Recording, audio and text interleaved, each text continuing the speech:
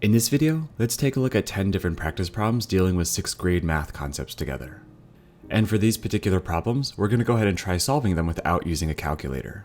And real quick, if you'd like to download a free copy of this blank PDF as well as the annotated answer key PDF, you can find a link to that in the description box below.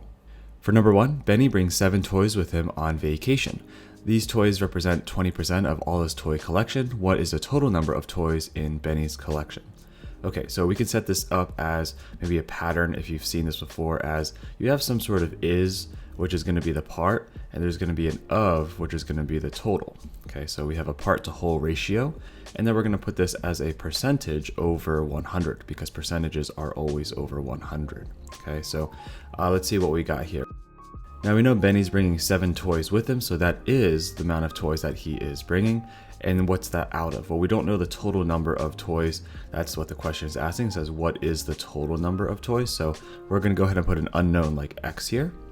And then let's see, do we know a percentage? Well, I think we know a percentage here. We know that the 7 toys he's bringing is going to be 20% of all the toys. So it's going to be 20 over, and percentages are always out of 100. All right, cool. So let's go ahead and now see if we can solve and write equivalent ratios here. So on the right side, we can divide this by 20 and divide this by 20 as well. That's their GCF. And so we're going to have the ratio of 7 to something, right? The amount of toys he brought on the trip out of the total is going to be equal to 20 divided by 20, that's going to be 1, and 100 divided by 20, that's going to be 5. Okay, so he brought 1/5 of all of his toys, so if he brought 7 toys, that looks like that's going to be 7 times more. So then let's go ahead and multiply the total by 7 as well. So 5 times 7, that's going to be 35, so X here is going to equal 35. So if Benny brought 7 of these toys with him on this vacation, then that would represent 20% of the entire 35 total toys that he has in his collection. All right, for number 2, Kodiak is going to walk 4,821 steps in 9 hours. How many steps does Kodiak walk per minute? Okay, so let's start with the steps here. It looks like it's going to be 4,821 steps. That's going to be the number of steps in 9 hours. So I'm just going to label the bottom here. We are trying to figure out a unit rate, it looks like per minute. So let's go ahead and see if we can at least go to per hour first. So let's go to 1 hour. So if we want to get down to 1 hour, we should divide the amount of hours by 9. Let's take this 4,821 and also divide by 9. So I'm going to do that on the side here.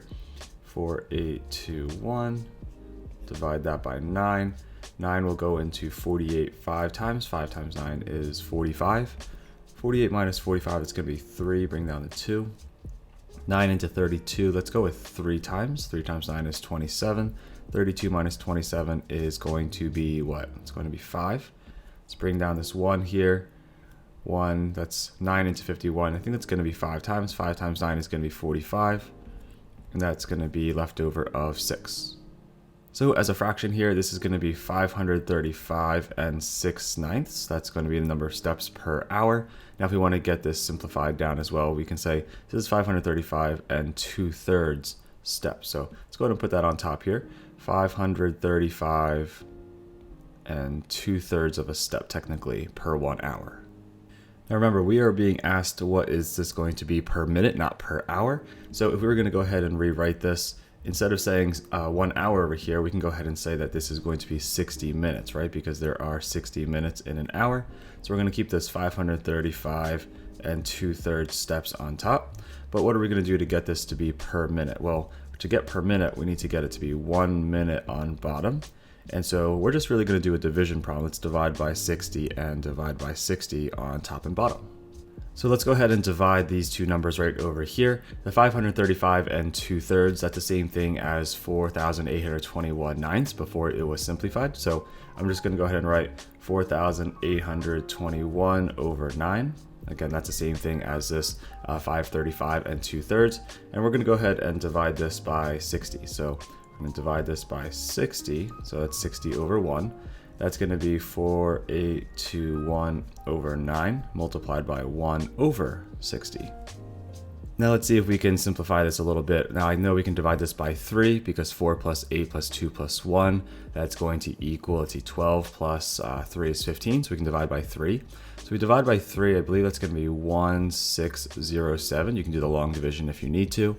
Divide this by 3, and that would be 3. Now, I don't think we can cross cancel anymore, so 1607 times 1 is still 1607, and on the bottom 3 times 60 is going to be 180. Now, while this technically is the correct answer, let's go ahead and just turn this into a mixed number so it'll make a little bit more sense. So 1607 divided by this 180 here. I think it's not going to go into 160, so I'm going to go with maybe 8. I think 9 might work. I think 9 might be too much. Maybe 8 might be a good place to start. Let's go ahead and put an 8 and multiply 180 times 8. So I think that's going to be a 0, and then a 64, okay, the 6, that's going to be 1440. Can I do 9? I guess we can try. 180 times 9. That's going to be a 0, that's 72, carry the 7. It's going to be 1620. That's a little bit too high, so we have to go with 8 here. So 8 times 180 is going to be 1440. Let's see what the remainder is. That's going to be a 7 here. We're going to bar, it's 10 minus 4 is going to be 6. That's 5 minus 4 is 1. So this would just be ending up being 8 and 167 over 1/80th. So that would be the exact number of steps here per 1 minute. So that's going to be 8 and 167 over 180. And so this is very precise, but if Kodiak walks 4,821 steps in 9 hours, then we know that he would be ending up walking a little less than 9 steps per 1 minute. Here's number 3. If 1 serving of yogurt is going to be 3/4 of a cup, determine how many serving 4 pints of yogurt is going to be. Well, let's see. We need to know first of all that 1 pint, that is going to equal 2 cups. If that's true, then if we have 4 pints in this scenario here, this is going to be 4 times as many pints. So we're going to have to take the cups and also multiply that by 4. So 2 times 4, that's going to be 8. So this means that we have 8 cups of yogurt here. Now we're told that each of these servings is 3/4 of a cup, and we have 8 cups. So if we want to see how many servings there are, we should take the total number, which is going to be 8, and then divide it by how much is in 1 serving to figure out how many of these fit inside. So then we can go ahead and rewrite this division problem as a multiplication problem. We have 8 multiplied by the reciprocal of 3/4, which is 4/3. Doesn't look like we can cross cancel, so 8 times 4 is 32. 1 times 3 is 3. Rewriting this as a mixed number, 3 goes into 32 10 times with 2 left over. So in terms of full servings, we could have 10 full servings and we could have 2/3 of another serving. So not quite 11, but we would have 10 and 2/3 exact servings of this yogurt. For number 4, it looks like we have a cost of some cookies. So I'm going to go ahead and write this as a rate right away. So it's $7, and that's going to be for 4 of these cookies. I'm not going to write cookies. And let's go ahead and find the cost per 1 cookie. So let's go ahead and do that and find it just per 1. So if it's going to be per 1 cookie, how does 4 cookies become 1 cookie? We're going to go ahead and divide that by 4. So let's go ahead and divide this by 4 as well. Okay, so on the side, let's just go ahead and do some division. This is going to be 7. I'm going to put the zeros because I know it's not going to go in evenly. Divided by 4. Well, it's going to be 1, right? So 1 times 4 is 4. 7 minus 4 is going to be 3. Let's bring this decimal up. So it's more than $1 per cookie. 4 into 30, that's going to be 7. 7 times 4 is 28. 30 minus 20 is going to be 2. Let's bring down this 0 here. 4 into 20, that's 5 times exactly. 5 times 4 is 20. And so what we get here is that it's going to be $1.75 per cookie. So I'm going to go and write that. It's going to be $1.75 per cookie. That's basically just a unit rate. All right, for number 5, we have a bunch of points that are being plotted in a coordinate plane. Point A is graphed on a coordinate plane in quadrant 2 at n, 8. Point B is graphed in the same coordinate plane at 5, 8. Point C is also graphed in the same coordinate plane at 5, -9. If the distance between point B and point C is the same distance between point A and point B, determine the value of n. All right, so what I'm going to do here is just make a rough coordinate plane. So here is going to be my x-axis, and then we're going to have our y-axis. So very rough sketch here. Don't worry about it being too accurate, just a rough estimate's good. So in terms of this first point, we have point A. We know it's going to be in quadrant 2 at n, 8. So we don't necessarily know where this is, but it's in quadrant 2 and has a height of 8, but we don't know where that is. I'm going to put that as point A, somewhere in quadrant 2, it's 8 up, but we don't know what n is. Okay. Moving on, let's see what about point B. Well, point B is going to be graphed at 5, 8. So that must be 5 to the right and then 8 up. So I'm going to put point B somewhere over here. Okay. Notice that these 2 points are horizontal to each other, so we could maybe find a distance between these pretty nicely in a bit. And then let's see, we don't know the distance because we don't know n, but maybe we can take a look at the other information we're given here. So it looks like we know point C. Point C is also graphed on the same coordinate plane at 5, -9. So that's 5 to the right and then 9 down. So that would be where point C is, somewhere down here. So it looks like point C is actually directly beneath point B. So we could find the distance between these. So I know this doesn't look correct, so maybe like point A would be somewhere more over here, maybe something like this, right? Just because they have to be the same distance, so this would be a little bit more accurately drawn, just a little bit. Not the cleanest, but hopefully it's a little bit more clear. The distance between point B and point C, well, from point B down to here, we know that is going to be 8. Right? And then from here to here, because that was its y value, C's y value is -9, so the absolute value is 9. So altogether from here to here, looks like from B to C, that's going to be 17 units apart. So looking at A and B, this also should be 17 units apart. So let's see, we know that B was plotted at 5, 8, so this was 5. Okay, so what's this distance over here? We don't know. This is n, right? N tells us how far to the left we're going. So we can go ahead and set this up and say, okay, we know n plus 5 has to equal 17, right? Just because the total has to be 17 between them because they're the same distance apart. If we take away 5 from both sides here, we're going to see that n is going to equal 12. Now, that's actually the absolute value of n. Just keep in mind that we are in quadrant 2, so it actually has to be negative. So we can go ahead and conclude that n is going to equal -12. Okay, so if we were to go ahead and say that this was -12 over here, the absolute value of that is 12, and 12 plus this 5, absolute value of 5 is 5, that would be 17. So if you're looking at this total distance here, this would be 17 if n was equal to -12. For number 6, let's go ahead and translate the following verbal expression into an algebraic expression. So we have 4 more than the product. So if we see some of these key words here, more thans mean we are going to be adding, and then this product means we are going to be multiplying. So we're going to go ahead and see it's going to be 4 more than something, so we're going to be adding 4 onto something else, and it's going to be the product of x and 8, so it's going to be x multiplied by 8. However, we should be able to simplify this and say it's going to be 8x using the commutative property of multiplication and writing that 8 as a coefficient, and that 4 is going to be a constant term at the end. So you should write 8x plus 4 as our algebraic expression. All right, number 7, a group of students has 4 bags of candy, each weighing 5 3/4 pounds each. All this candy is shared equally amongst 8 students in the group. Exactly how many pounds of candy will each student receive? Okay, so let's take this first information that we have and figure out how much total candy there is, or there are. So let's see, we have 4 bags of candy. Each of them are 5 3/4 pounds. So if we take that 4 and we multiply that by 5 3/4, we should end up getting the total amount of candy. So 4 is going to be 4 over 1. 5 3/4, that's going to be 23 over 4. We're going to multiply these. We can cross cancel to save a little bit of time. And if we do that, we're going to end up with 23 over 1, or just 23 total pounds of candy. Okay, so all this candy is then going to be shared. So it's shared equally, which means we're going to be dividing by 8 students. So they're all going to be splitting this. So we're going to see how many pounds of candy do they each get. So let's go ahead and take this 23 and share it amongst 8 students, so divided by 8. If that's the case, we're going to have just 23 divided by 8, right? So let's put 23 inside the house here, 23, and let's go put this 8 on the outside. It's going to go in, what, 2, 3, not 3 times, but 2 times. That's going to be 16 with the remainder of 7. So if you wanted to go ahead and say how much will each student get here, it's going to be exactly 2 7/8 pounds. Now, if you wanted to keep going and get the decimal version, you could do that as well. You could put a decimal and a 0 and bring this down, right? Totally doable if you want the decimal. Just doing it just in case to help you remind.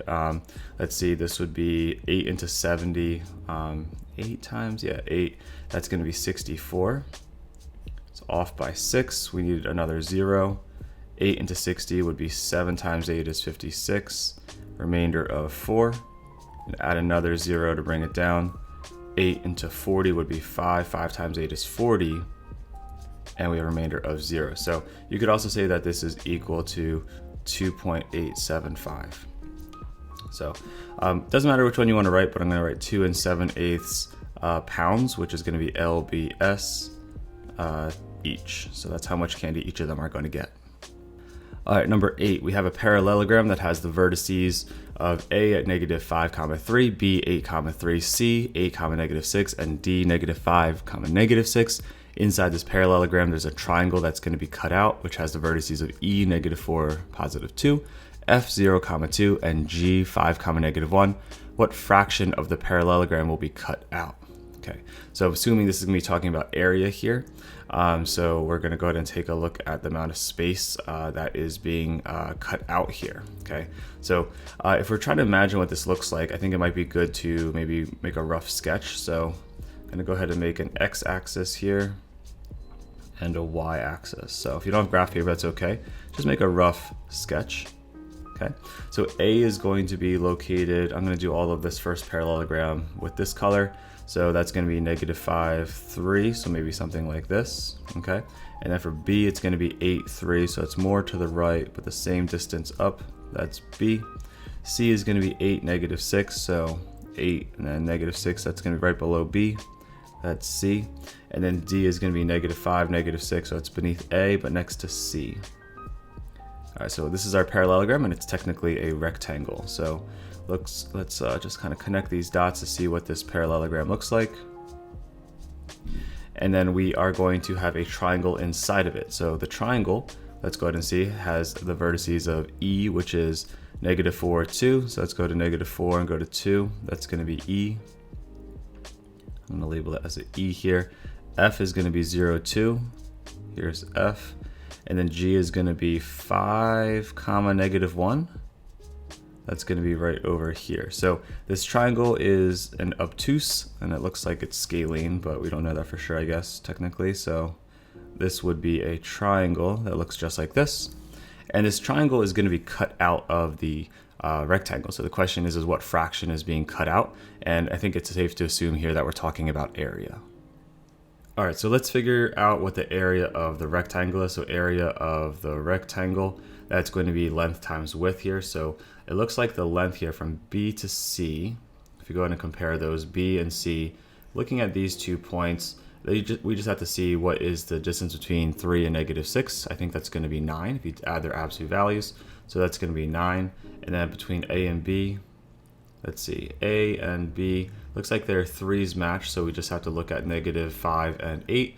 Those are in different quadrants, so they're 13 apart here. So for this rectangle, it looks like we're just going to multiply 13 times 9.